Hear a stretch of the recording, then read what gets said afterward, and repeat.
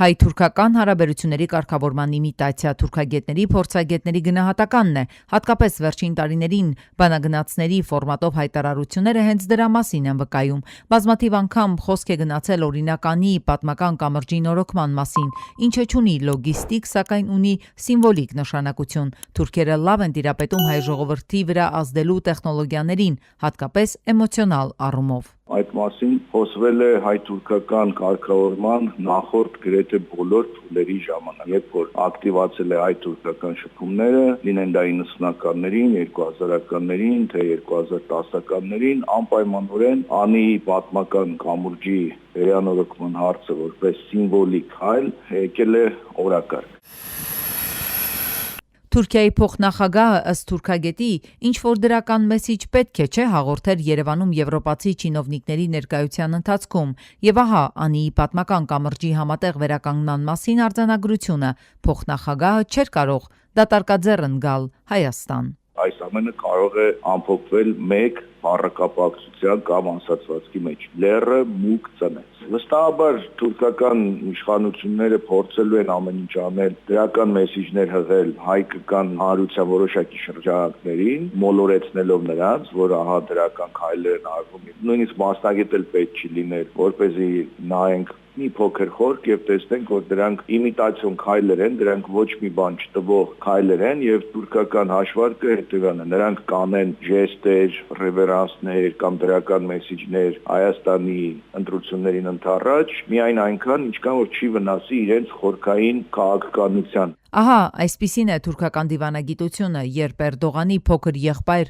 Ալիևը Ստեփանակերտում պայթեցնում է Սուրբ Մարիամ Աստվածածին եկեղեցին։ Հայոց ցեղասպանության հուշարձանը այդ ֆոնին թուրքերը Երևանում շտապում են Անիի կամուրջը նորոգելու, վերականգնելու համաձայնագիրը ստորագրել տալ։ Այսինքն իրականությունը շարունակում է մնալ հակահայկական, շարունակում են քանդվել, պայթեցվել եկեղեցիներ։ Թուրքական կողմը հայ հասարակությանը մանիպուլացնում եւ մոլորեցնում է նաեւ Անիի մայր տաճարի իբրև թե նորոգման առումով։ Պատմաբան թուրքագետներն են փաստում թուրքերը Անիի մայր տաճարը պաշտոնապես թուրքական փաստաթղթերում ներկայացնում են որպես մզկիթ։ Կոչվում է, եթե չեմ սխալվում, Ֆեթիե մզկիթ, այնպես որ խոսել բարեկամության դրական քայլերի մասին եւ աղաղակող հակաքրիստոնեական քայլ անել մայր տաճարը մինչեւ այսօր ներկայացնել որպես մզկիթ, դա չեմ կարծում, որ համապատասխանում է այդ դրական հարաբերությունների տառին եւ ոգուն։ Տարիներ շարունակ Թուրքիան եւ Ադրբեջանը վարում են փոխկապակցված քաղաքականություն, այսինքն Թուրքիան Հայաստանի հետ հարաբերությունները պայմանավորում է Ադրբեջանի հետ հարաբերություններով։ Եվ երբ հայտարարում է, թե Թուրքիան զիջումներ կանի միայն սիմվոլիկ քայլերի կոնտեքստում կամրջի նորոգում, հայ-թուրքական սահմանի բացում երրորդ երկրների քաղաքացիների համար իրականում ըստ քաղաքագետների վերլուծաբանների Թուրքիան քայլեր չի անի, մինչև Հայաստան-Ադրբեջանի բոլոր նախապայմանները չկատարի։ Սրա վրա տակից կախված է եղել հաղճապակից մի հատ հսկա ճահ։ Քաղաքագետների դիտարկմամբ Թուրքիան իր քաղաքականության մեջ ունի կարմիր գծեր, որոնք ըստ էության մնում են անփոփոխ, եւ որքան էլ լինեն ճնշումներ, հայտարարություններ, այդ երկիրը մնում է այդ կարմիր գծերին հավատարիմ։ Պետք չէ զբաղվել ինքնախաբեությամբ, պետք չէ հասարակությանը մոլորեցնել, ցանկալին իրականությանը տեղ դնելու մոլուցքով տարված։ Գյորջյան Կասկադ 60 ամիս փուլային վճարում բազմաթիվ առավելություններ։ Արև Գորիս ջան։ Ուժեղ Հայաստան դաշինքի մարզային երկրորդ կանգառը Սյունիքում է։ Գորիսի բնակիչների հետ հանդիպմանը քաղաքական թիմի ցուցակը գլխավորող Նարեկ Կարապետյանն ասում է, որ երկրի կառավարման ղեկը իր ձեռքն առնելու համար Սամվել Կարապետյանը հայտ ներկայացրեց, քանի որ չէր հավանում այն ծրագրերը, որոնք Հայաստանի զարգացման համար առաջարկում էին նախկին ու ներկա գործիչները։ Ներկաները իրանց թուլությունը ցույց տալու համար, պահելու համար ասում են, որ Կարապետյանը եկել է Հայաստան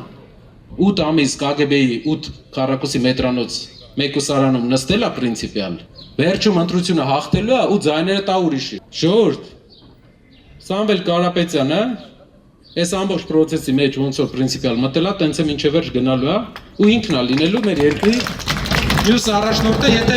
մենք բոլորս ուզենք։ Սյունիքյան քարոզարշավն ուժեղ Հայաստանը շարունակում է հասնելով Խնձորեսկ։ Այստեղ գյուղացիներին մտահոգող բազմաթիվ խնդիրներ կան։ Դրանց հիմնական պատճառը Խնձորեսկում լավ գիտեն։ Գյուղնախարարություն չկա, ինչ գյուղատնտեսություն պետք է լինի։ Պետք է ունենանք լավ մթերում, պետք է ունենանք լավ մթերման կայաններ։ որ պետությունը երաշխավորի, որ սրանից էժան գնով չեք վաճառելու։ Տեխնիկայի պարկ համայնքներում պետքա ձևավորվի,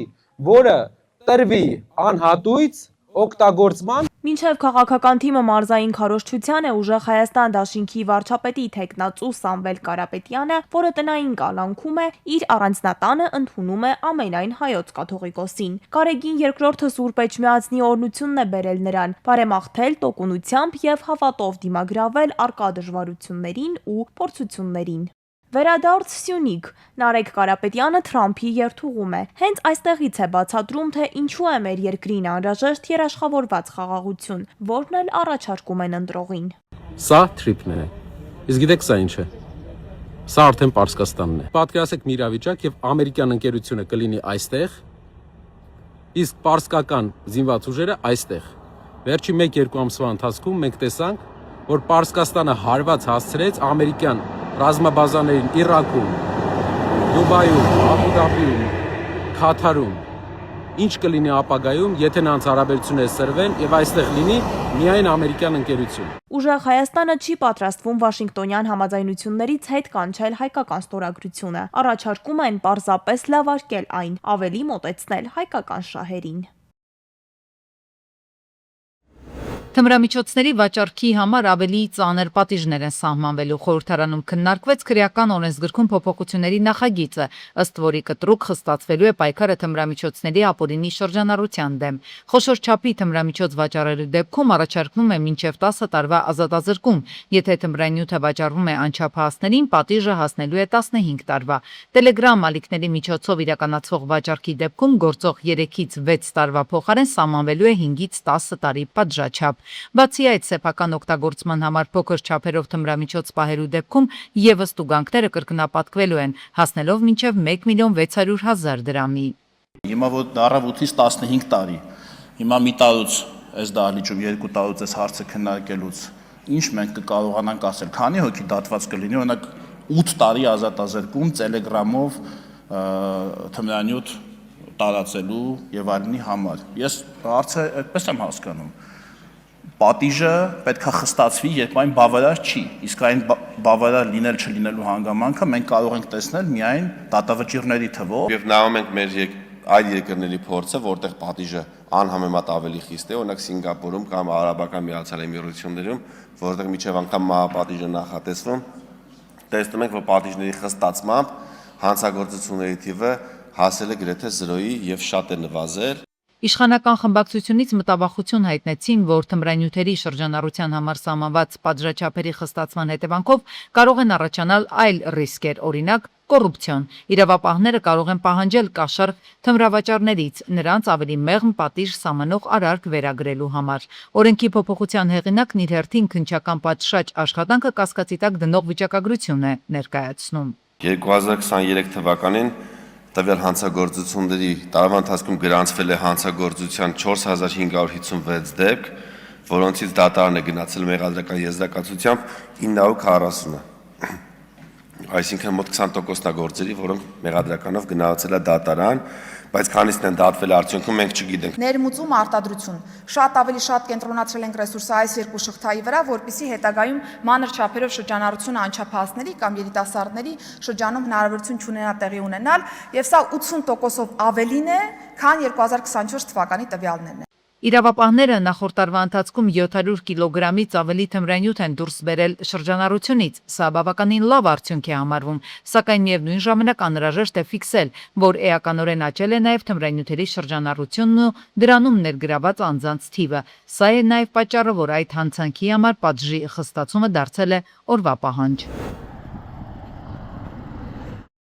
Մայիսի 11-ին Երևան երաշտճանապարհին 38-ամյա նվերը օփելով դուրս է եկել երթևեկելի գոտուց, բախվել հողաթմբերին, հետո գազատար խողովակի հենասյուներին ու գլխիվայր հայտնվել դաշտում։ Վարորդին հատուկ տեխնիկայով փրկարարության Արտաշատի շեջ փրկարարական ջոկատի փրկարարներն են դուրս բերել մեքենայից։ Նա տեղափոխվել է Արտաշատ բժշկական կենտրոն։ Ի դեպ ըստ տեղեկությունների վարորդը մեքենա վարելու իրավունք չի ունեցել։ Մայիսի 10-ին 70-ամյա Ռուբենը Opel Zafira-ով դրախտիկ ճամբարակ ճանապարհին դեռևս անհայտ հանգամանքներում դուրս է եկել երթևեկելի գոտուց կիսակողաշրջված հայտնվել դաշտում։ Մեքենայում 6 հոգի է եղել, որից 4, այդ թվում 1 երեխա, տեղափոխվել են ճամբարակի բժշկական կենտրոն։ Վիրավորներին առաջին օգնության են հասել քաղաքացիները, օպերատիվ հանրամնաց ճամբարակի ամբուլատոր կենտրոնի շտապօգնության բժիշկների հերթապահ խումբը։ Դեպքի վայրում հավաքված քաղաքացիները նշում էին, որ վիրավորներին հիվանդանոց են ուղեկցել բարեկային ծառայության Գեղարքունիքի մարզի գումարտակի հրամանատար Աղասի Խաչատրյանը եւ նույն գումարտակի առաջին վաշտի հրամանատարի տեղակալը։ Մայիսի 10-ին Թումանյան Աբովյան փողոցների խաչմերուկում բախվել են Porsche 911-ը եւ Hyundai Sonata-ն։ Porsche-ը դուրս է եկել երթևեկելի գոտուց, անցել բազալտե եզրաքարի վրայով ու հայտնվել մայթին։ Վարորդները սթափ են եղել։ Օպերատիվորեն ժամանել են ներքին գործերի նախարարության ոստիկանության բարեկային ծառայության Երևան քաղաքի գնդի 4-րդ գումարտակի բարեկները, գնդի հրամանատար Անդրանիկ Խաչատրյանի, գումարտակի հրամանատար Դավիթ Նիկողոսյանի գլխավորությամբ։ Դարձյալ մայիսի 10-ին Իջևան Դիլիջան ճանապարհին 35-ամյա Սարգիսը Mercedes-ով դուրս է եկել երթևեկելի գոտուց, բախվել բետոնե պատնեշներին ու հայտնվել Աղստև գետում։ Վարորդը կարողացել է դուրս գալ մեքենայից, հայտնվել գետի մյուս ափին։ Նրան օպերատիվ անժամնաց Դիլիջանի շրջփրկարարներն են մոտեցրել շտապօգնության մեքենային ու տեղափոխել Դիլիջան բժշկական կենտրոն։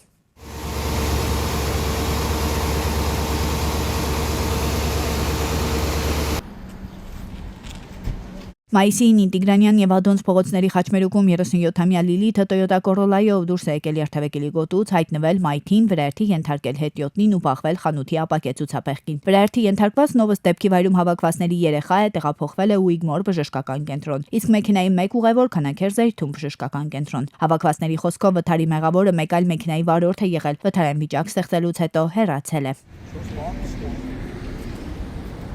Դեպքի վայրեն ժամանել ներքին գործերի նախարարության ոստիկանության բարեկային ծառայության Երևան քաղաքի գնդի գումարտակներից մեկի բարեկները, գնդի հրամանատար Անդրանիկ Խաչատրյանի գլխավորությամբ։ Մեկ այլ վրայերթ էլ տեղի է ունեցել Արտաշատում 57-ամյա Լիանան Բիդով վրայերթի է ենթարկել 6-ամյա աղջնակի։ Վարորդը փախուստի չի դիմել, հազանգել է շտապօգնություն եւ օպերատիվորեն ժամանած շտապօգնության բժիշկների հերթապահ խումբը երեխային տեղափոխել է Արտաշատ բժշկական կենտրոն, որտեղից էլ ռեանիմոբիլով Երևանի մասնագիտացված հիվանդանոցներից մեկը։ Դեպքի վայրեն ժամանել ներքին գործերի նախարարության ոստիկանության բարեկային ծառայության Արարատի մարզի գումարտակի բարեկները, գումարտակի ծառայության ավագ տեսուչներ Սահակ Թաթևոսյանի, Արթուր Կոցինյանի եւ օրվա պատասխանատու վաշտի հրամանատար Արսեն Բաղդասարյանի գլխավորությամբ։ Մայիսի 9-ին Քուչակ գյուղի վարչական տարածքում բախվել են 60-ամյա Հայրիկի Mercedes-ը եւ 47-ամյա Արտյոմի Opel-ը։ Վերջինը գլխի վայր հայտնվել է երթևեկելի գոտում, Opel-ի վարորդը վնասվածքներով տեղափոխվել է Ապարան բժշկական կենտրոն։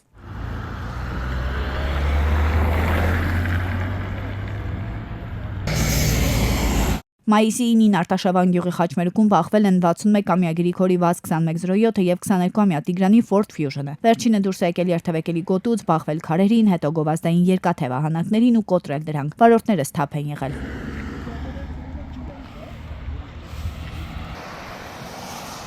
Մայիսի 8-ին Կարկուտի պատճառով խոշոր վթար է տեղի ունեցել Կոտայքի մարզում։ Opel Zafira-ն Չարենցավանի վարչական տարածքում դուրս է եկել երթևեկելի գոտուց, բախվել բաժանարար գոտում արկա ծառերին, հետո 5 մետր առաջ ընթացել, բախվել երկաթե պատնեշին ու կողաշրջվել։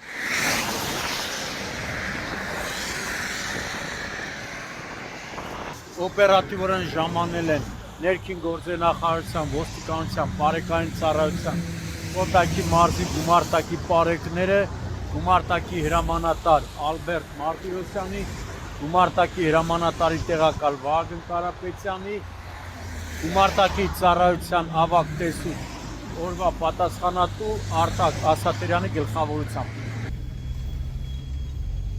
Դարձյալ մայիսի 8-ին Տափերական գյուղում 21-ամյա Արսենը Nissan March-ով բախվել է տան դարպասին, հետո քարեպատնեշին, դարպասը շպրտվել է, իսկ քարեպատնեշը մասամբ փլուզվել։ Վարորդն էլ վնասվածքներով տեղափոխվել է Արտաշատ բժշկական կենտրոն, օպերատիվորեն ժամանել են փրկարարծարայության Նարարատի մարզային փրկարարական վարչության Արտաշատի շրջփրկարարական ջոկատի փրկարարները, ոստիկանության բարեկային ծառայության Նարարատի մարզի գումարտակի 2-րդ վաշտի բարեկները։